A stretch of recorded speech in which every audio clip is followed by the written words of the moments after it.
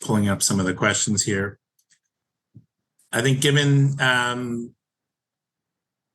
you're on right now, we'll go through the last talk. So Dr. Allegretti, intensivists approach disordered physiology aggressively by, in parentheses, massaging, end of parentheses, parameters. I find they initiate RRT, thereby delaying AKI, AKD recovery, especially in non-oliguric patients. Is this experience reflected in worldwide literature? Thank you. So I think this is largely dependent on where you are. And I want to double down on the data that was published before, that early versus late, at least in the initial sort of 24 or so hours of approach to AKI in the ICU, has not really convincingly to me shown a survival benefit. And that is what we should stay focused on.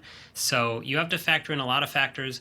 One is exactly what was mentioned. If you are starting renal replacement early, there's increased chance of complications and an increased risk that you're not going to recover. So that is a very real factor that I think should factor into these discussions. To speak on a worldwide level, in the United States, nephrologists are generally making the decisions of when to start continuous renal replacement therapy. That is not generally the case worldwide, particularly in Europe and other parts of the world. Intensivists are often the ones deciding when to initiate renal replacement therapy. As a nephrologist practicing in America, I feel very strongly this is our purview. These are patients we know best and have good long relationships with and have to take care of after they get out of the ICU, often on hemodialysis, and we should be involved with the decision-making process to start renal replacement therapy. I have seen, even just in the one hospital I practice in, pretty wide variations there. So I think, there is value in making the treating team feel like they're in control. CRRT offers tight control of metabolic parameters. And I think just as importantly in the ICU, local standards of care really matter, because keeping everyone on what they're used to doing and keeping them in their usual approach and standard of care allows the best care to be given in the ICU. So that may have been a complicated non-answer to a very nuanced and important question, but I think it is a nuanced and important answer. Excellent answer. There's one other question here for you, Andrew. If patient with critically low sodium needs CRRT, any tips? CVVHD greater than CVVH, simultaneously infused D5W. Yeah, this is and there's actually a nice tool available online for this so the concern is it's really hard to keep sodium from correcting quickly on any version of renal replacement therapy, because the sodium in most replacement fluids, commercially available replacement fluids, and dialysate is set to a pretty narrow range, and it's usually around 135. And so if you were to start somebody at 110 and put them on normal prescription CRRT, you're going to, quote unquote, correct very quickly. Probably within 12 hours, you're going to get it pretty close to normal. Now, there's a metaphysical question that I've always turned over in my mind, that you care about osms, right? You care about the osmolar presence in the brain. So if you're you're increasing sodium, you're also simultaneously usually lowering BUN and other solutes. So are you getting some mitigation of that rapid correction by sort of bringing the osmolality up in other ways as you're bringing it down by removing BUN? Maybe. It's such a litigious area, it's hard to sort of make that claim without any evidence, because this is an evidence-based world we live in, even in Sodiumville.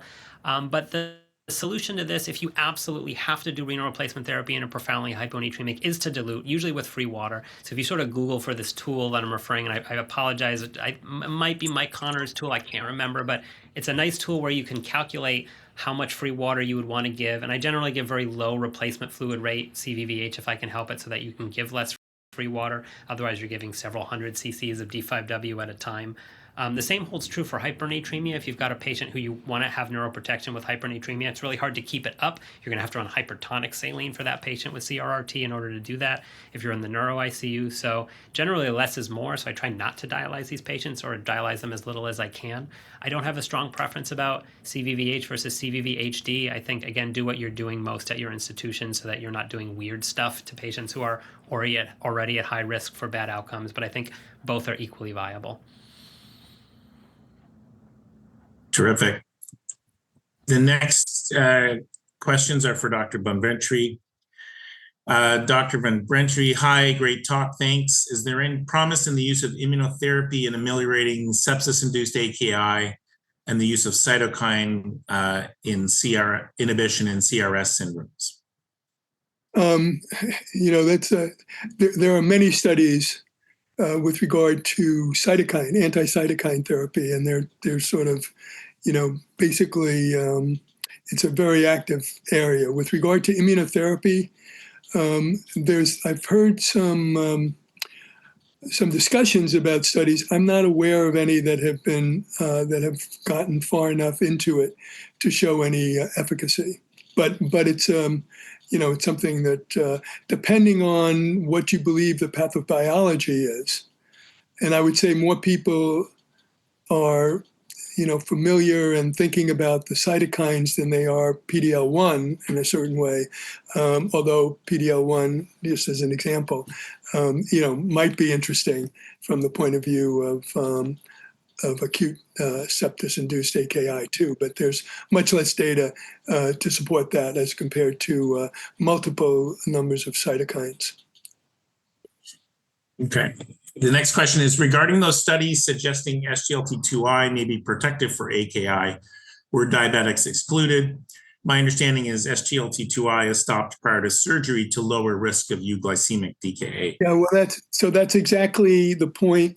I mean, there's an interesting editorial that it is there with, or commentary rather, that's there with the article, and the recommendation is to stop SGLT2 agents 3 days before. And they are basically saying, no, you should start SGLT2 agents, inhibitors, the day before. So the reason I present it is just came out. It's going to be controversial. And with regard to diabetics, the type 1 diabetics were excluded. I think type 2 diabetics were included.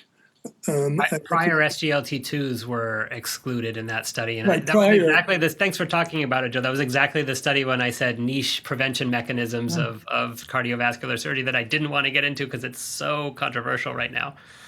That's right. They excluded patients who had been on SGLT2 inhibitors.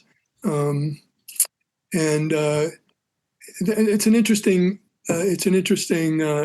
story that will evoke a lot of controversy. Okay, I have one other question. I would say that we wrote a review that came out, I think, the beginning of this year, and we sort of implied that the next step was to try SGLT2 inhibitors as a prevention step for AKI. So it's from the literature. If you go through all the literature, the association literature, if anything, there's a benefit, but with caution. You could argue that if you believe that metabolism is really the where the protection is with the SGLT2 inhibitors, then you could argue it should be used to prevent AKI. They also did, the other thing was there was a statement about the fact that, could there be some volume? Was there a difference in volume that was given the patients? And it turned out, no, that was sort of answered also. So the major issues that people would have, the obvious ones, were dealt with, in particular, and sort of reinforced by the commentary. Okay. I think just to one question that I would have for Alice and for Joe and Andrew is when the SGLT2s came around, I was so careful to check a GFR, a week later. Can you comment on the current status of what we think is relevant in SGLT2I drops in GFR and how benign or not benign that is? I mean, I would just, you asked first. Go ahead, Alice. No, I was saying, no, I don't check it as I would an ARB or an ACE. The only thing is that I don't regulate their blood pressure. I don't titrate the ACE or ARB at the same time as I'm starting the SGLT2. It's the only caution. I do not check a follow-up GFR. That's Yeah, I Same mean, here. you would think, David, that with all of the studies that were looked at, basically, if there was a significant reduction in GFR, it would be reflected by AKI. In other words, it would fulfill the criteria for AKI. And if anything, there was less AKI in those in the patients who were treated with SGLT2s. No, but the literature on like the hereditary glycosuric patients, they're sort of chronically pre-renal. And my concern had been, they'll have elevated renin-angiotensin levels, and we'll see an epidemic of AKI from these drugs. And that has not borne out. But it's just interesting how my practice pattern has changed over the years, and supported by editorials and the literature. I think we have time for a few more questions.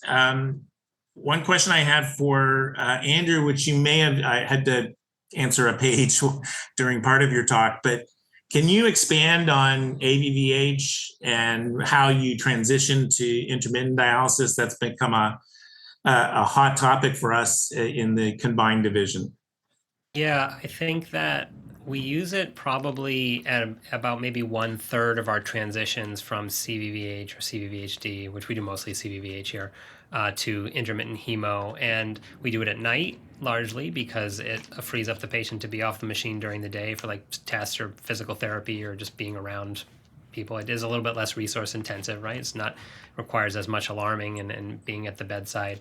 And the criteria for me is, do we think their like blood pressure is a little borderline, or do they feel like a little bit volume overload? And do we think the transition to HD would be better served with a little bit of a break? So that's one population. And then there's another group of patients that I think are more ICU bound. And once you get them in steady state, you feel like they're not going to tolerate hemo, but they'll do a little bit better with serial treatments. And so they stay in the ICU for days or weeks. Sometimes they're trached, sometimes they're waiting a transplant, and their blood pressure is a little more unstable. I'm talking about usually like liver or heart or some other solid organ, not necessarily a kidney transplant. But so there's this population of patients that I think do very well with it.